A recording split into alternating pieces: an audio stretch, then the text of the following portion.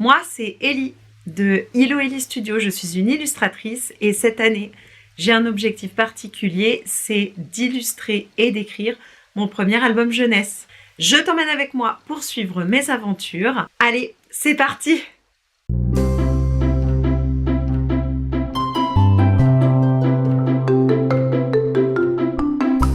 J'ai décidé de consacrer tous mes vendredis à la préparation de cet album. Cet album, j'en ai fait déjà un petit scénario dans un carnet particulier. C'est un album qui m'est venu d'une question de mes enfants qui ont 5 et 3 ans et qui m'ont demandé un jour en plein mois de mai ce qu'était en train de faire le Père Noël. Et j'avoue que j'avais absolument pas la moindre idée de comment leur répondre. Donc je leur ai dit, le Père Noël, il est peut-être en train de faire son jardin, ou il fait ses courses. Voilà quoi, je savais pas trop quoi leur répondre, mais je me suis dit que ce serait une bonne idée de faire un album sur ce que fait le Père Noël toute l'année avant Noël. Pour ce faire, j'ai décidé de faire un album sous forme de cherche et trouve, où en fait chaque double page, ce sera un mois de l'année pendant lequel on a des petits lutins qui font des petits trucs dans l'image, des objets, des petits animaux, le Père Noël, et en fait voir dans l'année évoluer tout ce petit monde avec une petite histoire pour chaque mois, un petit texte et pouvoir un peu suivre l'histoire du Père Noël.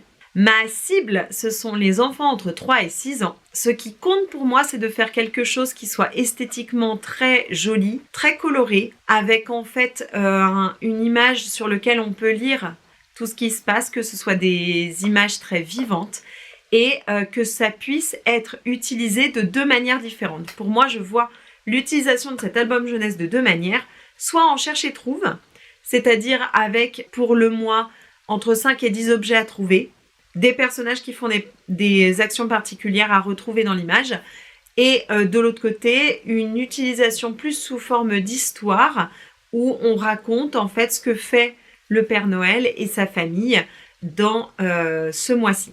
Voilà. En plus du plus, pour chaque double page, je voudrais mettre juste un tout petit indicateur pour savoir quelle est la saison, pour pouvoir pousser un petit peu la lecture plus loin pour les parents et les enfants. Moi, ce que j'aime en littérature jeunesse, ce sont les albums qui sont un petit peu tout en un, c'est-à-dire qu'en fait, on peut les utiliser comme on veut. Si jamais on a le temps le soir de lire toute l'histoire de l'année du Père Noël, on peut prendre le temps de rentrer dans les détails, d'imaginer des choses en fonction des images. Si on n'a pas le temps, on peut ouvrir une double page et faire un cherche et trouve, le faire en fonction de la saison, pouvoir parler des saisons, pouvoir parler des petits objets, pouvoir parler de plein de choses. Et j'aime bien justement le fait que le lecteur et le parent qui lit le livre avec l'enfant soit libre en fait de décider sa manière de lire à lui. C'est quelque chose que j'aime bien. Pour le matériel, alors je vous ai montré mon petit carnet dans lequel j'ai écrit le scénario, les storyboards en tout petit, un petit peu ce que je voulais. Ça, c'est mon numéro 1, le carnet. Numéro 2, c'est ce lutin dans lequel, en fait, j'ai mis mes storyboards plus détaillés de chaque mois, donc chaque double page, ce que je veux sur chaque double page. Donc avec, je vous montrerai mieux, mais il y a janvier, février, en fait, à chaque mois, j'ai fait un A4 de ce que je veux dessiner, en fait, à chaque mois.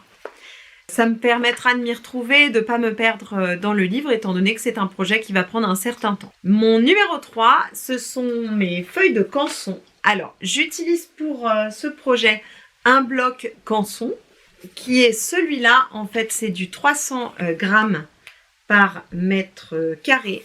Et depuis le temps que je fais de l'aquarelle, ça fait peut-être 2-3 ans que je fais de l'aquarelle, c'est ce qui me convient le mieux en termes de texture. Donc c'est du papier aquarelle, grain fin, et il y en a 12 feuilles, donc je pense que je vais les manger assez vite, les feuilles. Mais ça me permettra de faire des belles doubles pages que ensuite je pourrai scanner. Dernier petit matériel, donc mes pinceaux et mes palettes d'aquarelle. Je ne suis pas quelqu'un qui a 50 000 pinceaux et 50 000 palettes. Grosso modo, j'ai 2 palettes. J'ai ma palette Kuretake qui a une très bonne pigmentation, je l'aime beaucoup. Et j'ai une palette Winsor & Newton, pareil, très pigmentée que j'aime bien. Et je les utilise toutes les deux conjointement parce que il y a des teintes que je retrouve dans l'une et pas dans l'autre. Et des fois, je fais des mélanges entre les deux pour avoir le plus de teintes possible. Voilà. Est-ce que vous avez envie de suivre l'aventure? Si c'est le cas, n'hésitez pas à vous abonner et rester connectés parce que comme je fais en fait un travail tous les vendredis sur ce projet, je compte vous faire une petite update tous les vendredis sur ce que j'aurais fait, ce que j'ai eu le temps de faire. Voilà, eh bien je vous souhaite un bon week-end, une bonne journée, une bonne soirée et je vous retrouve la semaine prochaine. Bonne semaine!